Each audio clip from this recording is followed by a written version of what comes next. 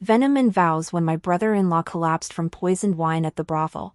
My eldest sister clutched my skirts. Save him. I shook my head slowly. Mercy expired with my last breath.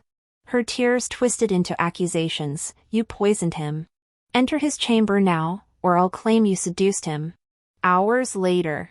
His hands locked on my throat, hurling me into icy drifts. You crawled into my bed while she carried my child, filthier than street whores. To prove devotion to my sister, my limbs snapped like dry twigs, tongue scorched by hot tongs, body dumped in Beggar's Alley. Dying in the gutter. I watched him shield her eyes. Such vileness would stain my honor. Her lips, my own half-sister's, pouted against his chest when you touched her. Did you pretend she was me? His answer came in a searing kiss. Fingers sealing her jealous mouth. Darkness. Then, I blinked, awake to amber liquor swirling in his cup, the same poison that killed me last life. Welcome to my channel. If you like this story, please click to subscribe.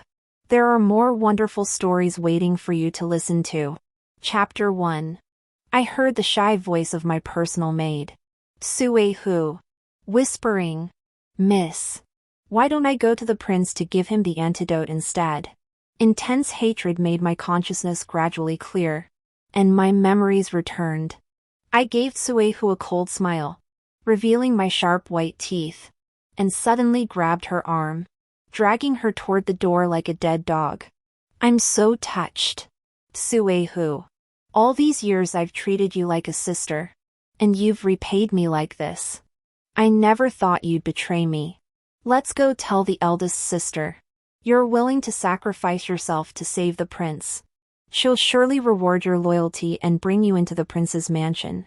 Sue turned pale with fear, clinging desperately to the doorframe and shaking her head wildly. No. No. We can't tell the eldest miss. She'll kill me. Miss. I can go in your place. I promise the prince won't notice. I looked into her eyes, which betrayed her scheming, and let go of her, letting her fall to the ground. Sue, you want to get close to Prince Pingnan and rise to prominence. Yet you're unwilling to take any risks and want to pin the blame on me? There's no such thing as a free lunch in this world. Sue rubbed her reddened arm, looking defiant. Miss, if it weren't for you, which woman would be willing to sacrifice her reputation? You're slandering my loyalty to you. Doesn't your conscience hurt? Conscience? My conscience was devoured by others in my previous life. Now, seeing her face, I feel nothing but disgust. I leaned down, pressed my ear to Suehu's, and whispered, Suehu, do you know who is the most loyal? Suehu struggled uneasily, trying to shake off my hand. What time is it now? Miss, do you still have the heart to say such things? If something happens to the prince. I grabbed her by the back of her neck, pulled the hairpin from her head, and stabbed it into her without hesitation. Warm blood gushed out, but my eyes didn't flicker once. Instead, I suddenly broke into a smile. The blood of a vile person is indeed sticky and foul-smelling. Suehu stared in disbelief, frantically raising her hands to cover her neck. But blood continued to seep through her fingers. She collapsed on the ground, convulsing, and uttered a hoarse ha-ha sound. Why? Why? I stomped on her face with my foot, grinding it several times. She coughed up several mouthfuls of blood, soaking my shoe. Because only the dead are truly loyal. In my previous life, my elder sister was pregnant, and Prince Xiaojingyu of Pingnan secretly visited a brothel and was poisoned. The poison was extremely potent, and his attendants panicked, quickly transporting him to the Ministry of Rites. The court physician examined his pulse and looked grave. The prince has been poisoned with the 100-day delight. The toxin is extremely potent. If not neutralized promptly, he may explode from internal damage. My eldest sister, Lin Sihuan, was already 3 months pregnant and dared not take any risks. Thus, she turned her gaze toward me, She dismissed everyone else, took my hand, and wept. During the national mourning period, if this matter were to be exposed, not only would the prince be punished, but our entire Ministry of Rights would also suffer. Shuangwen, we are a close family. You can't just stand by and let him die. Can you? I found the situation utterly absurd and refused to get involved in their family affairs, immediately rejecting Lin Sihuan's plea. Sui-hu, however, volunteered to take my place. I was deeply moved and couldn't bear to see Sui-hu suffer for nothing. You must know that Lin Sihuan is a jealous and suspicious woman, famous for her stubbornness. Like her mother, she would never acknowledge that her husband's infidelity was wrong. Instead, she would label those courtesans as seductive temptresses who corrupt men. Lin Sihuan appears friendly on the surface, but if I agreed, she would certainly seek revenge afterward. After much deliberation, I decided to flee with Sui-hu. Little did I know that Sui-hu, who had agreed on the surface, took advantage of my guard being down and struck me unconscious with a wooden stick, slashing my face. You have such a vulgar appearance yet dare to pretend to be virtuous. You wanted to deceive me into escaping the mansion to live in poverty with you? Don't blame me for not sparing you out of past affection. When I came to, I found myself lying naked on Xiao Jingyu's bed. His eyes were bloodshot, and he grabbed my neck, shouting, "You shameless woman! How dare you scheme against this prince?" I knelt on the ground, explaining the entire situation to him and begging him to spare my life, allowing me to go to a nunnery. I swore on my life that I would never reveal what had happened today. Little did I know that Lin Sihuan had burst into the room with a group of servants. Seeing the chaos inside, she covered her mouth and cried out, "Shuangwen! If I had known you were in love with the prince, I would have reported it to him and had him take you into the mansion as a concubine. Why did you do such a despicable thing? If others hear about this, they will say that the Shangshu mansion failed to raise its daughter properly, and you have brought shame upon your father and mother." Sui-hu stood by her side, pretending to comfort her. I was roughly dragged out of the room by Xiao Jingyu, thrown into the snow with my clothes torn off. The bruises and contusions all over my body were exposed to everyone, serving as irrefutable evidence of my own degradation. The rumor that the concubine's daughter of the Minister of the Interior had drugged the legitimate daughter while she was pregnant and climbed into her brother-in-law's bed spread throughout the entire capital. Lin Sihuan wept every day, earning the sympathy of everyone. Sui-hu took the opportunity to suggest to the Prince of Pingnan, "If your highness wishes to win back the princess's heart, why not punish the second young miss severely? The harsher the punishment, the more the princess will see your genuine feelings for her." So I was brutally dismembered. To prevent me from revealing the truth, they cut out my tongue and threw me into a refugee camp. Starving refugees swarmed around me, slicing my body with knives and tearing me apart to eat. I lay in the mass grave, my body covered in wounds, with only 2 empty, blood-soaked holes where my chest should have been. I forced my eyes open and looked toward Xiao Jingyu and Lin Sihuan in the distance. "A concubine's daughter dared to seduce me while you were pregnant. This is all her own doing. Such a disgusting sight, don't let it soil Huaner's eyes." Xiao Jingyu raised his hand to cover his legitimate sister's eyes, wrapping her in his cloak to shield her from the biting cold. Lin Sihuan struck his chest and complained in a delicate voice, "When you were with her, were you thinking of me or her?" Xiao Jingyu immediately swore an oath, "My heart belongs only to you. Don't you know that? If you don't believe me, call down thunder and lightning upon me. I'll believe you this once." Lin Sihuan feigned anger, pouting her lips, "Humph. If it happens again, I'll take the child and remarry, making your son call someone else father." Xiao Jingyu lifted her chin and punished her by sealing her lips with his own. "You ungrateful little thing. I'll deal with you later." Rumors spread throughout the capital that the Prince of Pingnan loved his wife dearly and was utterly loyal. The two of them trampled on my bones to fulfill their twisted love affair. Cui, who also gained Lin Sihuan's trust by betraying me and was betrothed to Xiao Jingyu's personal guard. The first thing I did after being reborn was to kill this ungrateful traitor. Just as I kicked Suihu's body under the bed, Lin Sihuan stormed in with a group of maids and servants. "What's that foul smell in your room?" Lin Sihuan looked disgusted and ordered her servants. "Bring the incense burner from my room for the second young miss to use. We can't have people saying the Minister of Right's household is cruel to its concubine's daughter, making her live in a pile of dead rats." I didn't defend myself. Just hid in the shadows, watching the maids' faces twist into mocking smiles. The strong smell of blood obviously needed to be covered up with something else.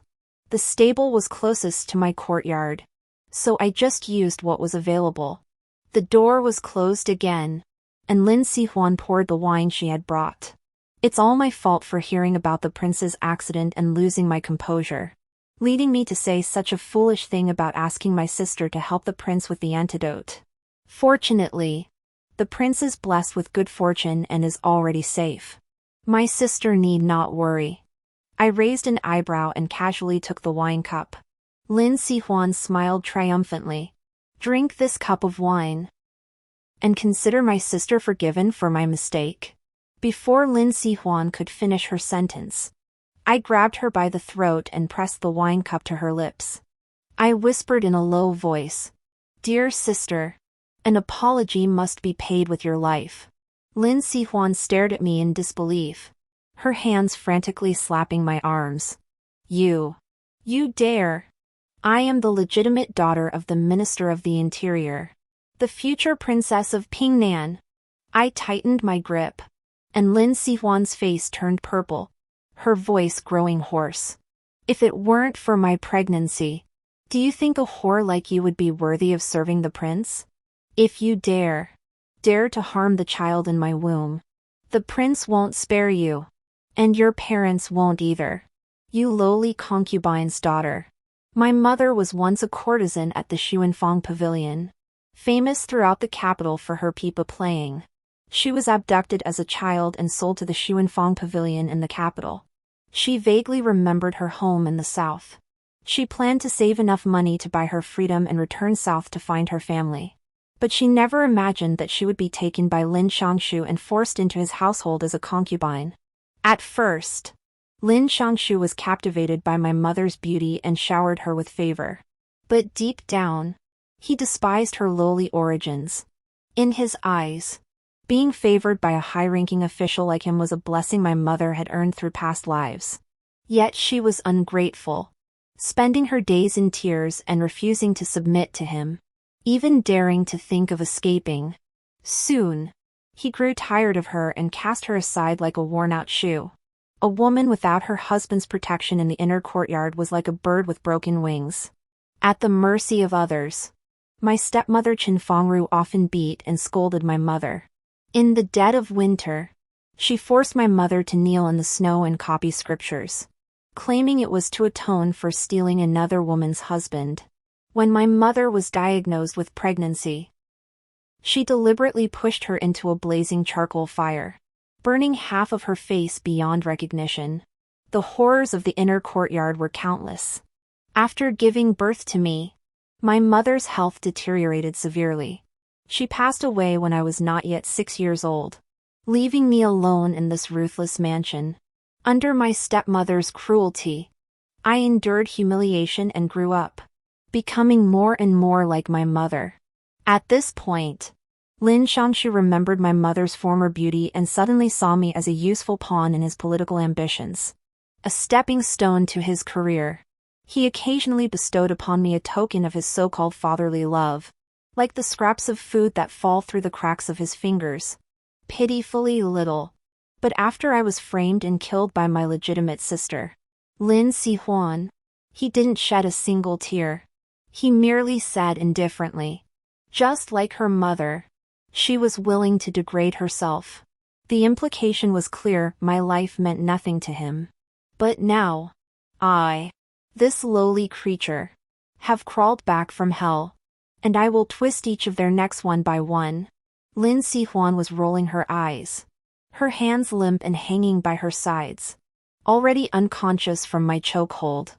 I pried open her mouth and forced the drugged liquor down her throat.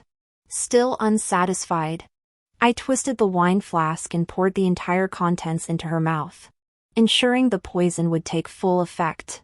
I wiped the blood from my fingertips onto her face and said, "Dear sister, the night is short. Enjoy it slowly." I quickly stripped her clothes off and put them on myself, then tied the fox fur scarf around my neck to cover half of my face, leaving only a pair of eyes that resembled hers. In the dim light, it was enough to pass as her. "Princess, the incense burner has been brought over." I opened the door and whispered to the maids, "Go fetch the prince." The lead maid raised her eyes in surprise and asked doubtfully, "But weren't we told to bring the second miss?" I raised my hand and slapped her across the face, mimicking Lin Sihuan's usual arrogant and domineering manner to perfection. "When did it become your turn to tell me what to do?" The nun trembled in fear, bowed her head, and nodded repeatedly, dared not say another word. The others quickly carried the unconscious Xiao Jingyu over. Lin Sihuan, naked, threw herself onto him, and the two rolled into the bed curtains, soon filling the room with the heavy breathing of a man and the soft cries of a woman, intertwining into a chaotic symphony. I stood outside the door, listening to the sounds inside, a cold smile curving my lips, before closing the door behind me. The next morning, Yun Kei, the maid of the eldest sister, ran out of the courtyard with a pale face, looking utterly terrified. She ran and shouted, "It's terrible! The princess has miscarried. The room is filled with blood." I pulled open the side gate for Yun Kei and stuffed a bundle of silver notes and slave documents into her arms. Yun Qiao's cracked lips trembled, and tears immediately fell. "Miss, please rest assured. I will handle everything properly." After speaking, she knelt down and kowtowed 3 times. "Miss, your kindness is unforgettable. If you manage to escape, please come to the small village by the river outside the city if you ever need any help." Yinsu's family was poor and had no choice but to sell her into slavery. However, her younger sister was targeted by a village bully, who injured her widowed mother in an attempt to force her into marriage. Yun Qiao pleaded with Lin Sihuan to intervene and save her younger sister and mother. It was originally a minor matter that could have been resolved with a few words from the eldest daughter of the Minister of Rights. However, Lin Sihuan instead smashed the soup bowl in her hand onto Yun Qiao's head, causing the hot soup to splash into her eyes. "I am pregnant, yet you dare to disturb my peace with such matters? Who is the master here?" she sneered, her lips curling in derision. "Moreover, your sister is of marriageable age. Since a man is willing to go to such lengths to marry her, why should you interfere? You truly do not know your place." Yun Kei was in agony but had no way to respond.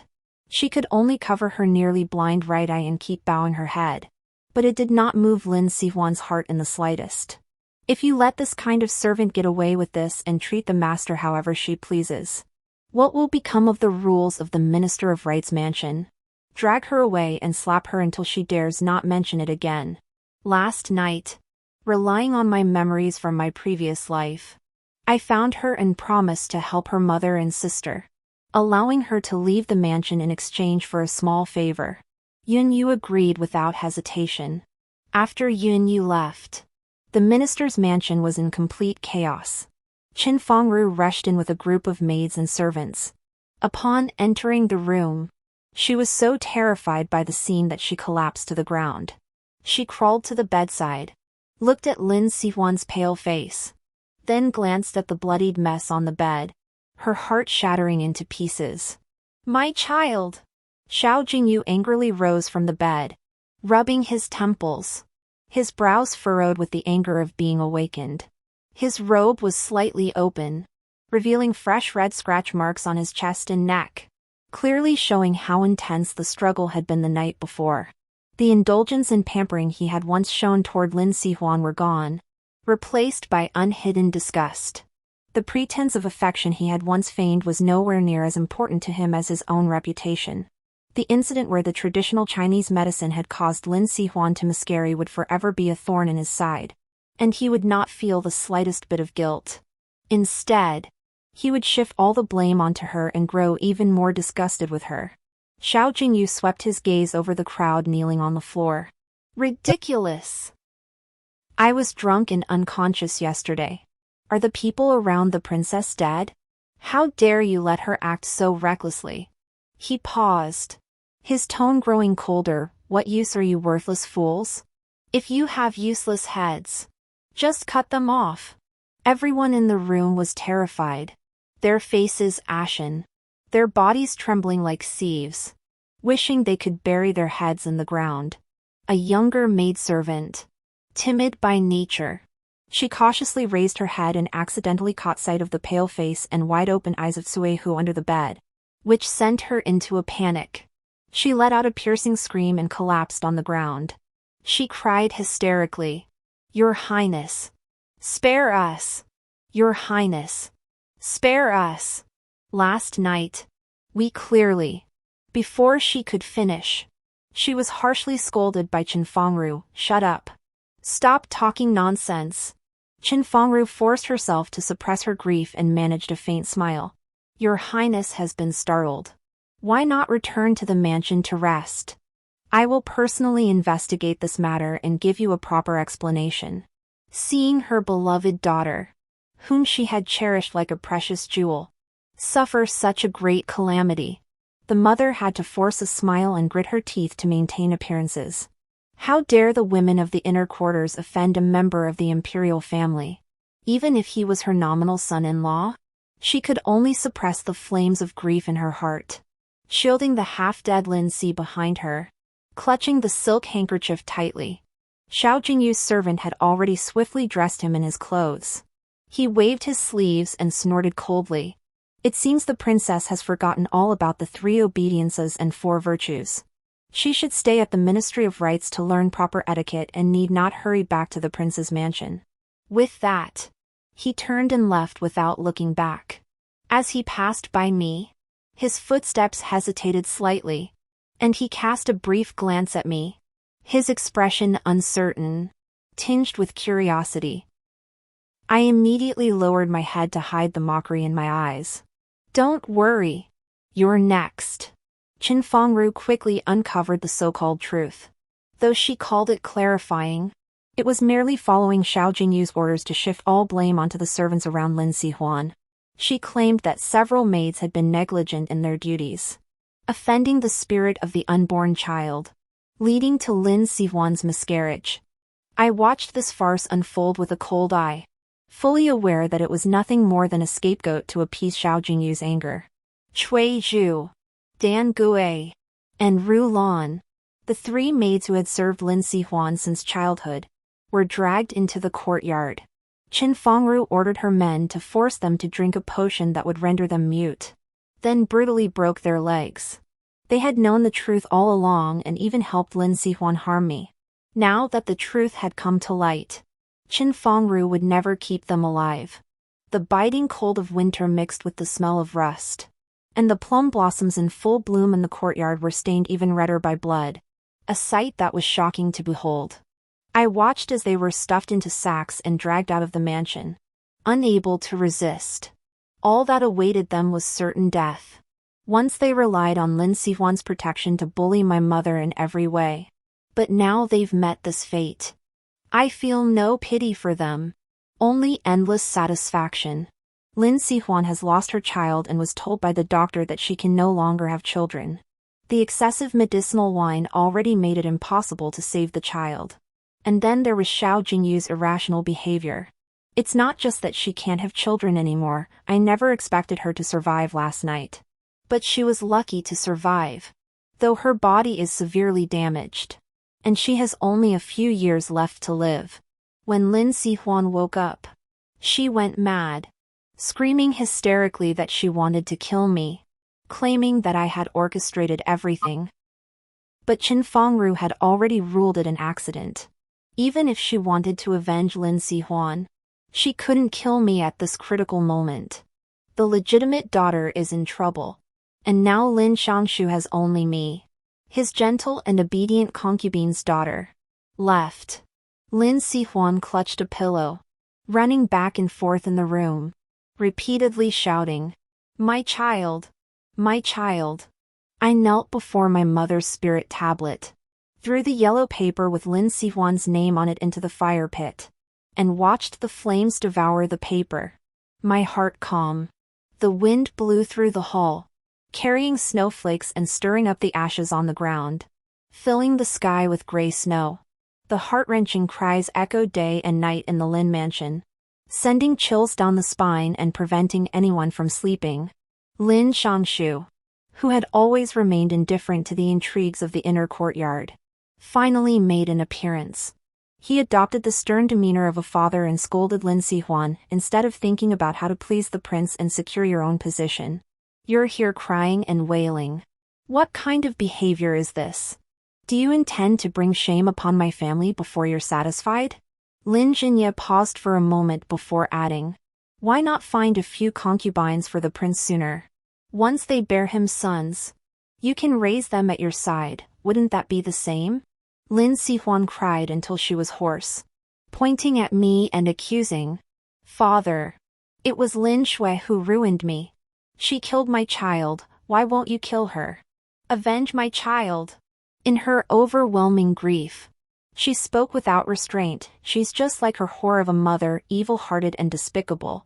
Her mother stole my mother's husband, and now she wants to steal mine."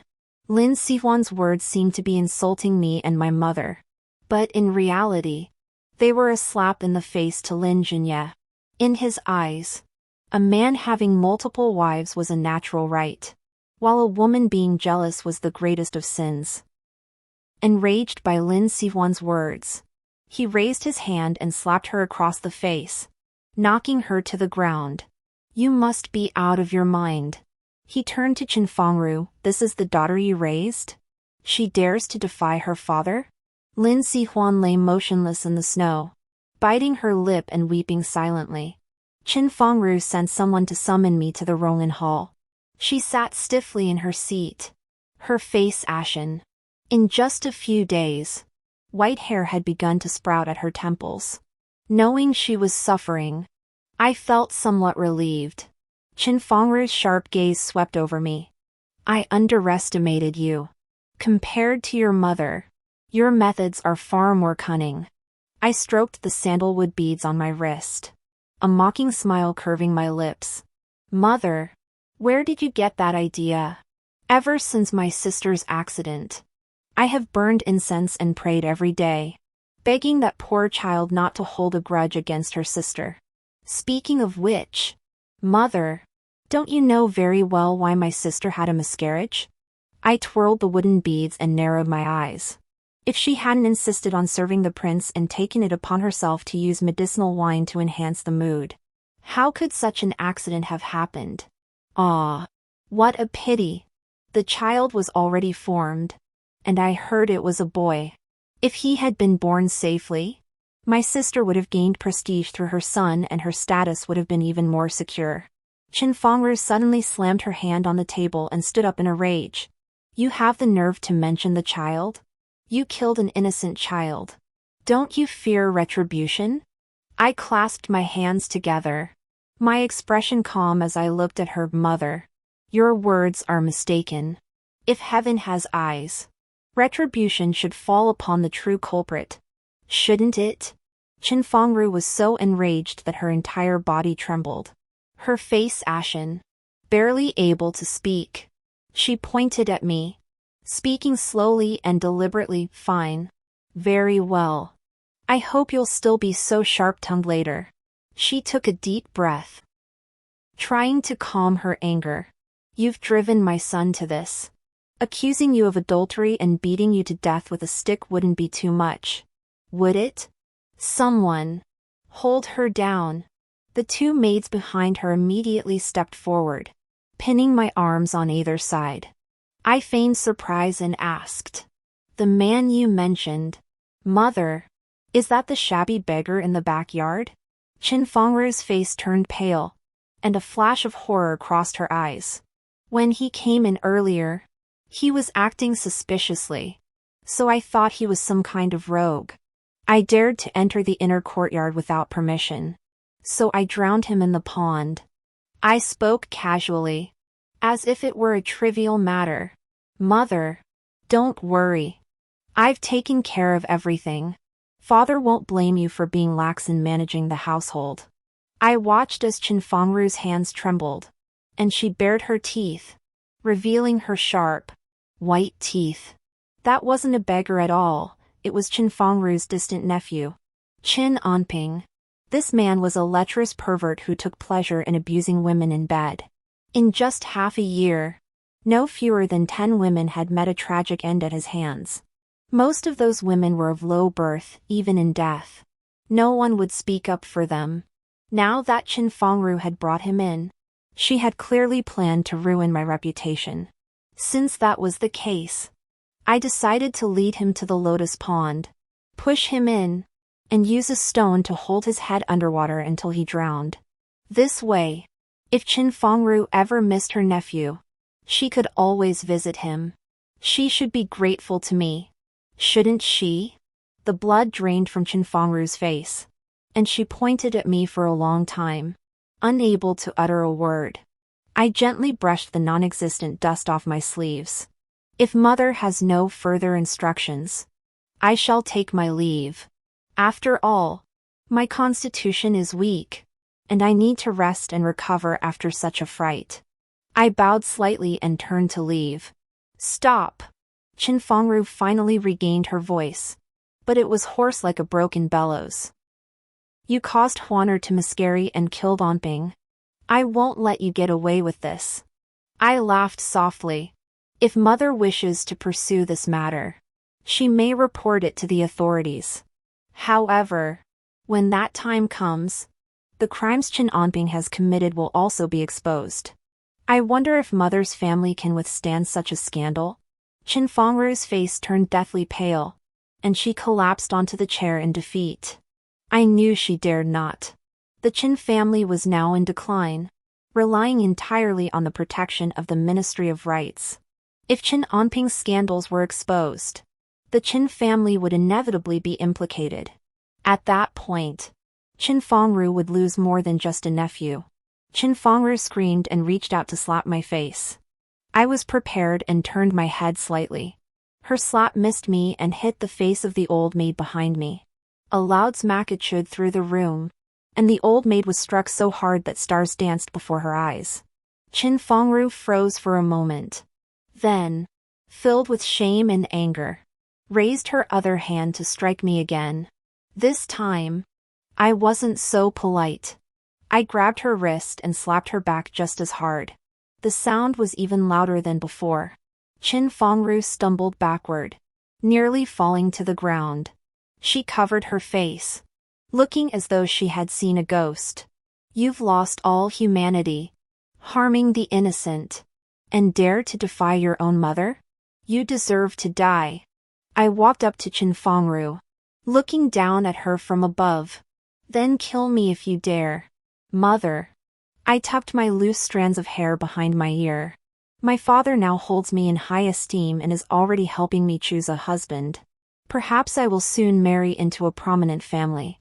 By then, you might even have to work under me. Of course, it was all a lie.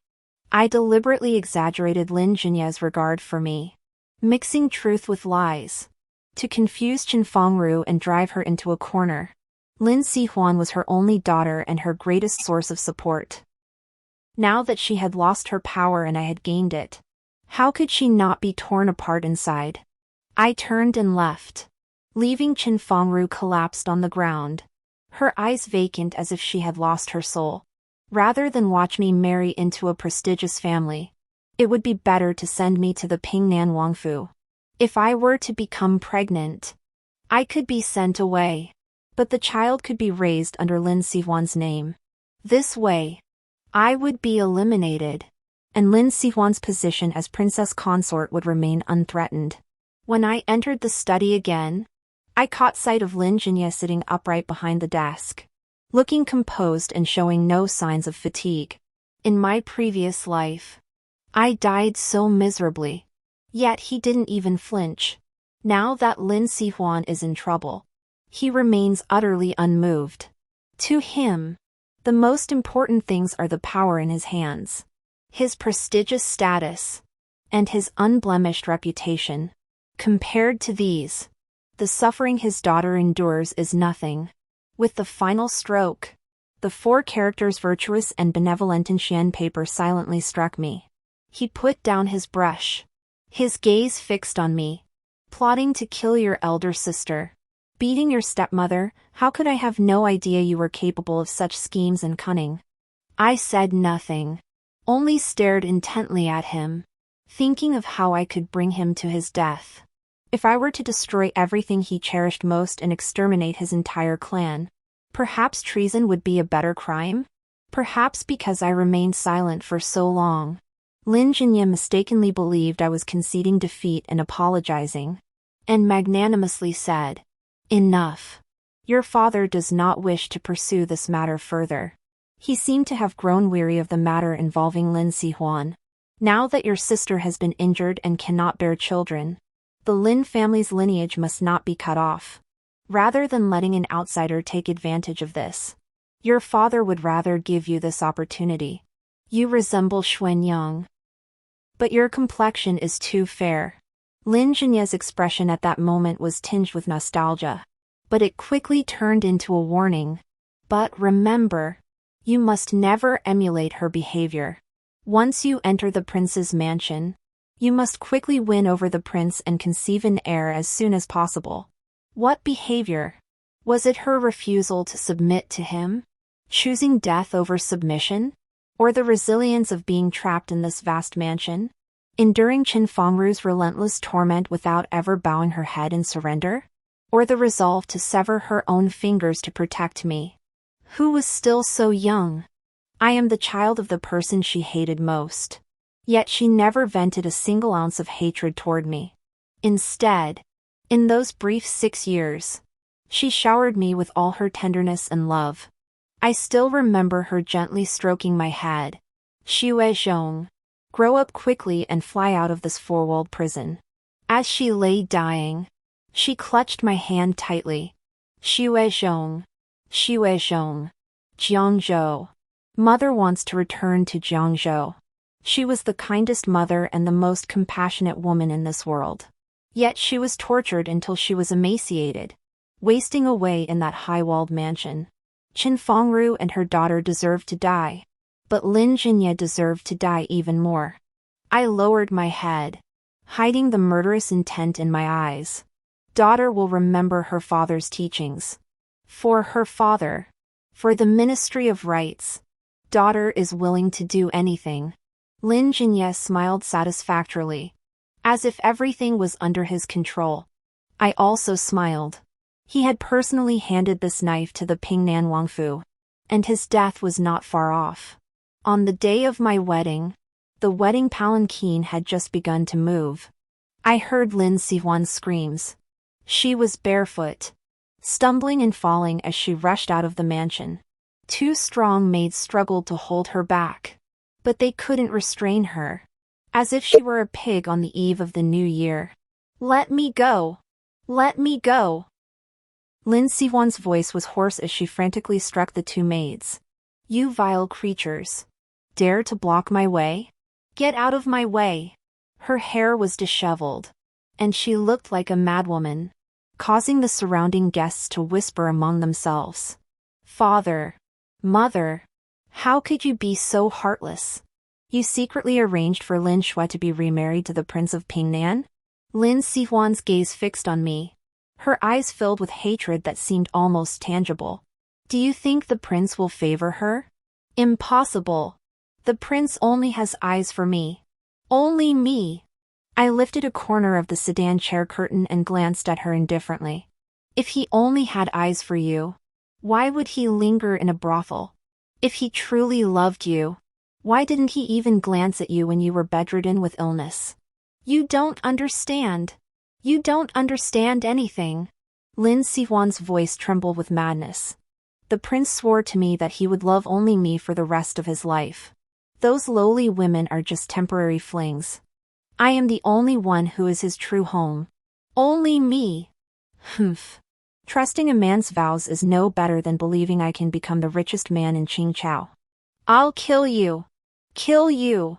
She lunged at me like a wild beast, breaking free from the old woman's grip. As long as I kill you, no one else can take my prince away from me. However, before she could get close to me, Lin Jinye kicked her in the chest. Lin Sihuan's body crashed heavily to the ground, emitting painful moans. She curled up, clutching her chest, coughing incessantly, with a trickle of blood seeping from the corner of her mouth. You disgraceful thing! Lin Jinye was furious, pointing at Lin Sihuan's nose and shouting, "Take her away and lock her up." Lin Sihuan clung tightly to Lin Jinye's robe, refusing to let go. Father now sees me as useless. Completely discarded? Her voice was weak, but it carried a hint of resentment. Don't you dare forget how you climbed to this position. It was I who made the prince replace you. Lin Jinye, enraged, cared not for his dignity. He snatched the silk handkerchief from Chen Fengru's hands and shoved it forcefully into Lin Sihuan's mouth. Two maidservants rushed forward and dragged Lin Sihuan away. Lin Sihuan's cries grew fainter and eventually faded into the depths of the mansion. After the wedding banquet, I was escorted to the bridal chamber. I don't know how long it was before Xiao Jingyu entered, reeking of alcohol.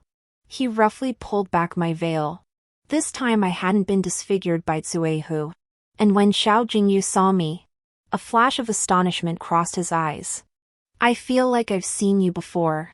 Miss Lin Eyre. This servant has long admired the prince's heroic demeanor. Perhaps we met in a dream? My deliberately lowered voice was seductively sweet, and Xiao Jingyu's gaze grew hazy. The soft muscle powder began to take effect. I had already taken the antidote, and Xiao Jingyu's breathing became rapid. My arms wrapped around his shoulders like a snake, tightening inch by inch. My hand slid down his chest and came to rest on his waist. The jade bracelet on my wrist jingled softly, and a small dagger slipped into my hand. This was my mother's heirloom, a weapon she left me for self-defense. In my previous life, Lin Sihuan had cut off my hand with a knife after my tongue was pulled out, just to take this jade bracelet. Wearing such fine white jade on your filthy body is a waste of its beauty. I gripped the dagger, pressing it against Xiao Jingyu's ear as I breathed softly. Your Highness, tonight I wish to try something new with you. His breath hitched, and his Adam's apple bobbed. All right. I shall comply with the concubine's wishes. I suddenly covered Xiao Jingyu's mouth with my hand and stabbed the dagger into his chest without hesitation. A muffled groan escaped his lips as he clutched his lower body in pain. Blood flowed through his fingers, staining the bedsheets red. His face turned deathly pale, and he screamed in horror. You dare to ambush this prince? I toyed with the dagger, tilting my head to look at him. Such an obvious matter, does the prince really need to ask again? Since you can't control your lower half, I'll do it for you. Cut off the grass at the root, once and for all. I'm sure the prince will be able to live a virtuous life from now on. Someone.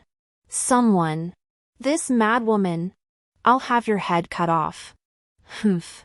Such a beautiful scene ruined by all this shouting and fighting. I pried open his mouth, gripped the dagger, and thrust it in, twisting it a few times. The thing that had been babbling moments ago was now a pile of mush. The world was finally quiet. The servant crawled in, rolling and scrambling, through the red curtain. He couldn't see the gruesome scene inside and immediately knelt down. Your Highness. It's bad. Everyone outside is saying. Everyone is saying. Xiao Jingyu had lost his tongue, so I kindly asked on his behalf, what are they saying? Speak up. They say that Prince Pingnan, during the national mourning period, indulged in debauchery with prostitutes. drank and feasted, and slept with 8 people, regardless of gender, causing the princess to bleed to death and miscarry. The servant trembled like a leaf, dared not lift his head. There's more. They fished a female corpse out of the moat, with the words Prince Pingnan killed me. I cannot rest in peace carved into her back with a knife. His voice grew fainter and fainter, almost inaudible. Xiao Jingyu suddenly spat out a mouthful of blood. His eyes rolled back, and he fainted. When I let Yinyu leave, I gave her a large sum of silver notes. I had pried open the lock and taken them from Qin Fangru's private vault. Half was for her to settle herself and care for her widowed mother and young sister, and the other half was to bribe the storytellers at the tea houses and taverns. Make sure to describe the absurd scene of that night vividly and exaggerate it as much as possible, so that people will blush and be unable to stop listening. After all, royal secrets and scandalous stories are far more intriguing than tales of talented scholars and beautiful women, or stories of love and romance. I instructed Yinyu to create multiple versions of the story with rich details. For example, how Xiao Jingyu spent a fortune at a brothel, how he drank drugged wine and took a courtesan to the prime minister's mansion at night, how he disregarded his status and dignity and forcibly took the pregnant princess consort for pleasure. Add some fabricated details, such as abusing power, oppressing the people, and taking lives as easily as grass. In short, he must be portrayed as a depraved monster. Within half a month, the rumors spread like wildfire. They spread from the capital to the surrounding counties and even to remote mountain villages. The emperor was furious and ordered the Prince of Pingnan to be confined to his residence. He also ordered the Ministry of Justice to thoroughly investigate the case of the female corpse found in the moat. Xiao Jingyu's situation was dire. The prince's mansion was sealed off, and court physicians couldn't enter. The physicians in the mansion were unskilled. Xiao Jingyu's injuries worsened without treatment. He lay in bed with a high fever and was plagued by nightmares. The entire Pingnan prince's mansion was in chaos, and some servants even began selling off the mansion's belongings to flee early. I did not stop them. Survival is a basic instinct. So let them go. Just then, Xiao Shirquan returned. My heart sank. I had not seen him at the wedding banquet. He must have been sent on a mission by Xiao Jingyu. In my previous life, I had seen him. At that time, he was holding a blood-stained sword and, following Xiao Jingyu's orders, cut out my tongue. Xiao Shirquan was Xiao Jingyu's most loyal and ruthless henchman, skilled in martial arts and merciless in his actions. If I couldn't take him down in one strike, it would likely be me who died. Xiao Shichuan's brows furrowed as he carefully examined Xiao Jingyu's injuries, then scanned the room before fixing his gaze on me. Such a vile method of taking someone's life is only used within the imperial palace. I hear that the concubine has been attending to the prince recently. Does she have an explanation for this? I lowered my eyes, counting the steps as Xiao Shirquan approached, my right hand tightly gripping the perfume pouch hidden at my waist. The prince was poisoned in a brothel not long ago. The toxin must not have been fully neutralized, leading to the infection and decay of his lower body. You're lying. Xiao Shirquan grabbed my wrist with such force that it nearly crushed my bones. The prince's wounds were clearly caused by a sharp weapon. Do you think I'm an idiot? As Xiao Shirquan closed in, I suddenly grabbed a handful of lime from the pouch and threw it into his eyes. The lime stung his eyes, and Xiao Shirquan let out an agonizing scream, covering his eyes with his hands. I took the opportunity to break free from his grip. Ignoring the burning pain in my palm, drew the dagger, and stabbed it fiercely toward his neck. Xiao Shirquan, after all, was a highly trained assassin. His reaction was lightning fast. He managed to grasp the sharp blade with his bare hands, his eyes bloodshot, resembling a vengeful spirit. He suddenly clamped his hands around my neck and slammed me violently onto the ground. The back of my head collided heavily with the floor, causing excruciating pain and causing my vision to go black. I bit down hard on the soft flesh inside my right cheek until salty, Bloody saliva filled my mouth. My mind gradually cleared, and I struggled to get up. But he stepped on my chest, pinning me down. I mustered all my strength, lifted my head, and bit down hard on Xiao Shichuan's ankle. He winced in pain and instinctively pulled his foot back. I seized this hard-won opportunity, rolled to the side, picked up the fallen dagger, and stabbed him again. This time, I didn't aim for his neck but for the weakest part of a man's body. Xiao Shichuan clearly didn't expect me to be so ruthless. He couldn't dodge in time and let out a piercing scream. I watched him writhe on the ground, clutching his groin in agony. How does it feel, Xiao Shichuan? This is the taste your master once endured. I sneered, wiped the blood from the corner of my mouth, and stood up. You've done your fair share of murder and arson for Xiao Jingyu behind his back, haven't you? Xiao Shichuan's face turned deathly pale, cold sweat trickling down his forehead. He glared at me with clenched teeth. Since you already know, there's no way I can let you live. Seeing that he was about to get up and kill me with his sword, I burst through the door and ran out. The imperial edict has arrived. I accuse Pingnan Wang and my father, Minister of Revenue Lin Jinye, of plotting rebellion. Their crimes are unforgivable. The Pingnan Wang's secret guards are trying to kill me to silence me. Eunuch, save me! I threw myself at the eunuch's feet, trembling uncontrollably, looking like a pitiful creature who had narrowly escaped death. The imperial guards immediately subdued Xiao Shichuan, who was chasing after me with his sword raised. They escorted me all the way to the emperor's presence, where I presented the letter I had prepared earlier to the emperor. Upon comparison, the handwriting was indeed that of Xiao Jingyu and Lin Jinye. I forged it. When I was young, my mother discovered that I was exceptionally skilled at imitating others' handwriting. She instructed me to hide my talent. She feared that, being so young, I might be exploited by those with ulterior motives and become a pawn in a power struggle. Lin Jinye was an extremely arrogant man, boasting of his literary prowess and hanging his own calligraphy and paintings in his study. Since Lin Sihuan fell from grace, he occasionally summoned me to his study to lecture me, as a display of filial piety. Before Lin Sihuan was married, she often flaunted Xiao Jingyu's affection for her in front of me. On a whim, she would find an excuse to punish me by making me kneel under the sun and recite the love poems Xiao Jingyu had written for her. I had memorized their handwriting long ago.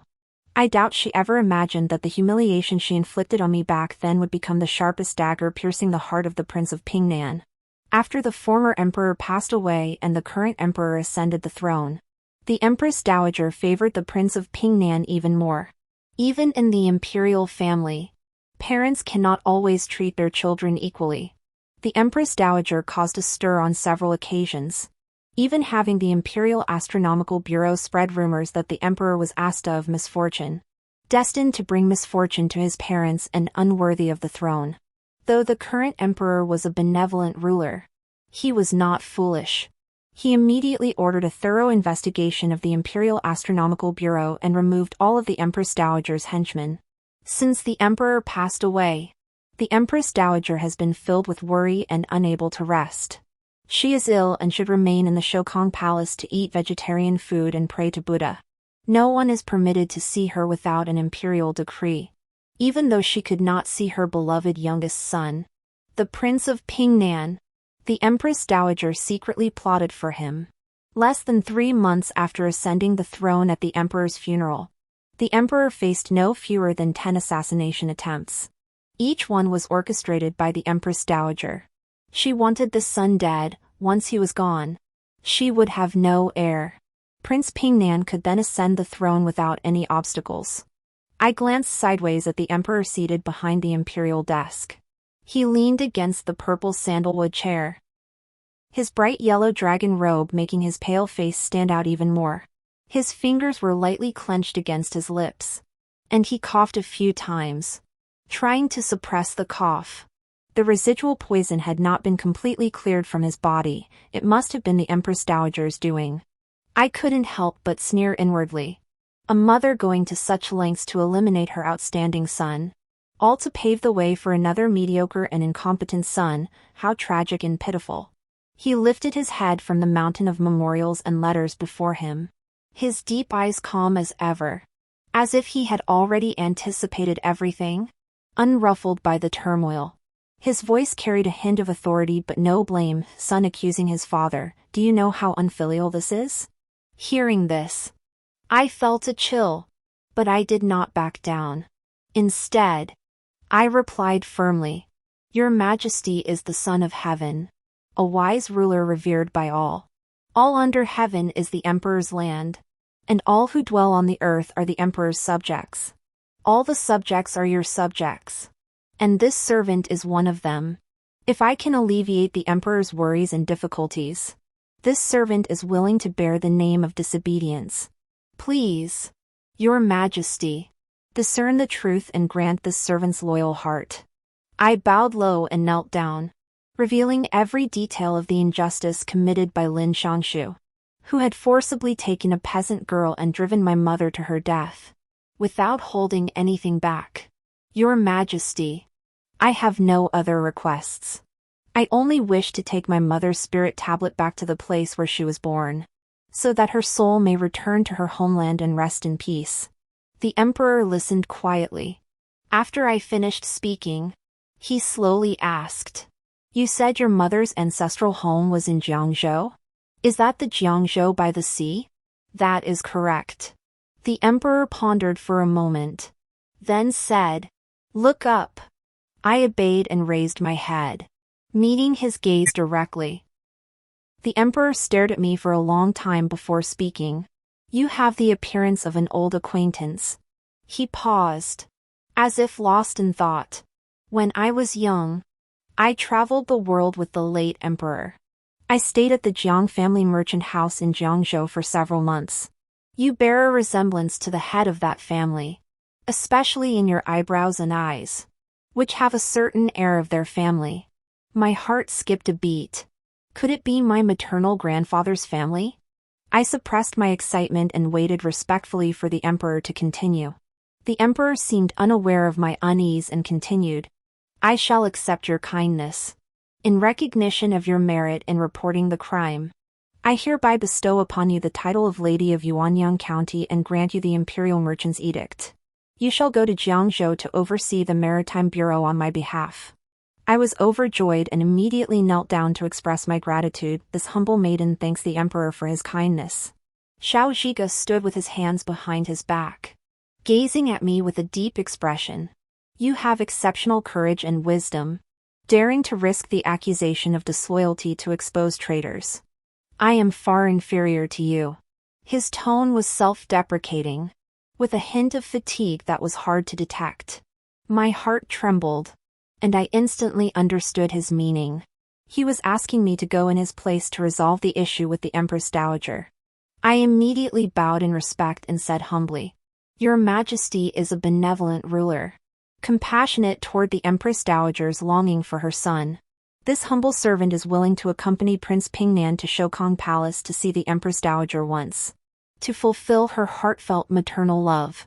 Enough. You have at least spent a few days as his wife.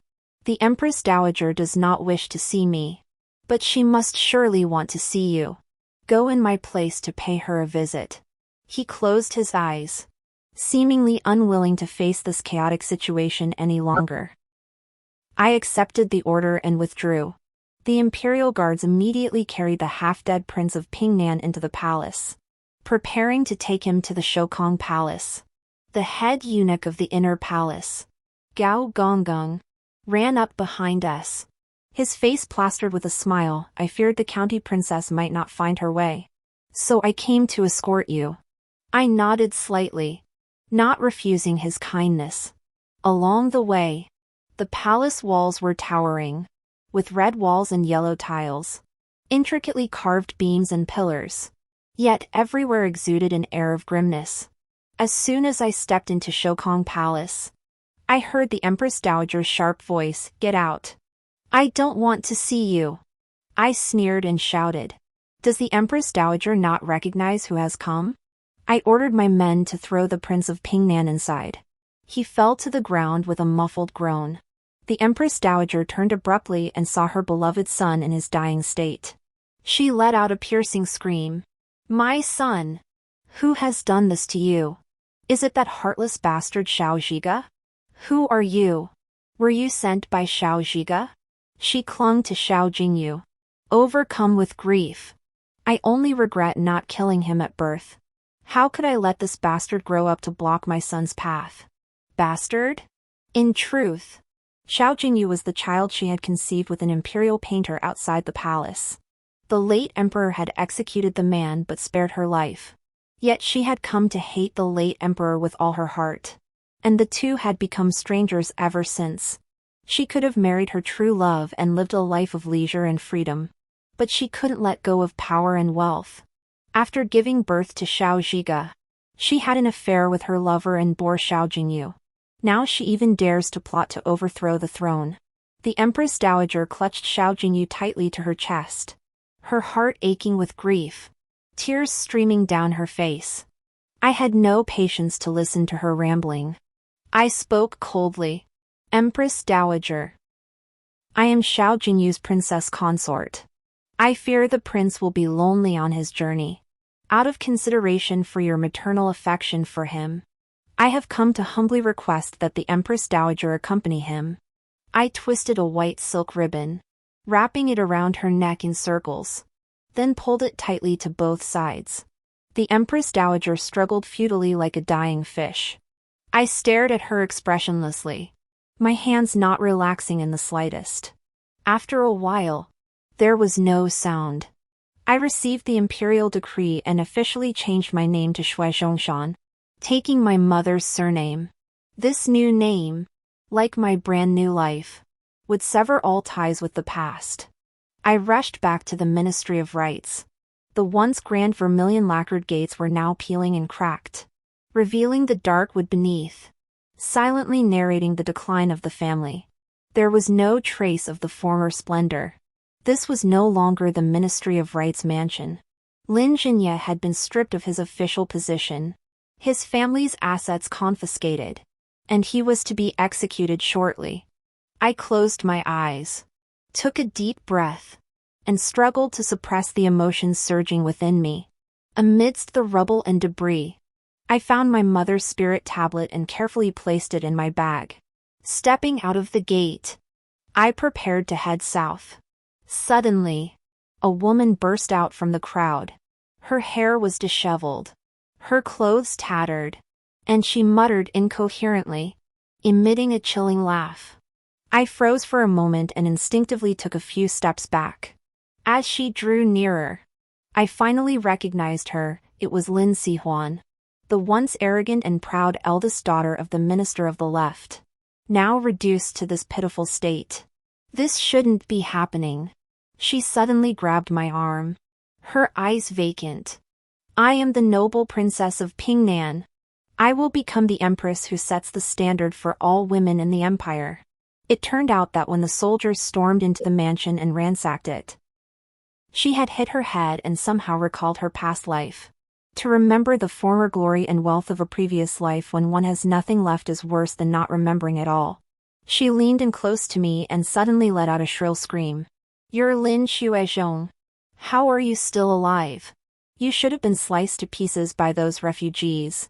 Did you also reincarnate? I was pulled so hard by her sudden strength that I stumbled and nearly fell to the ground. She pointed at me, her eyes filled with hatred. It's you! You took everything from me. You're the one who turned me into this. Where's the prince? Where did you take my prince? Give me back my prince. I gave her a chilling smile, my voice icy cold. Sister, weren't you worried that after you couldn't have children, Xiao Jingyu would find someone else? I castrated him and sent him on his way. Now even as a ghost, he can't find another woman. You can rest easy. Sister. Every word felt like a knife piercing Lin Sihuan's heart, killing her both physically and emotionally. As the words fell, the sharp dagger had already pierced her heart. Lin Sihuan didn't even have time to say another word. Her eyes wide open, filled with resentment, her body slowly collapsing like a broken puppet. I wiped the blood off the dagger and mounted my horse. On the journey south, a light rain fell steadily. I urged my horse forward, the rain soaking my clothes and blurring my vision. I pulled the reins and stopped at a dilapidated temple. I dismounted and tied the horse to a crooked tree in front of the temple. I fumbled for a fire starter and lit it.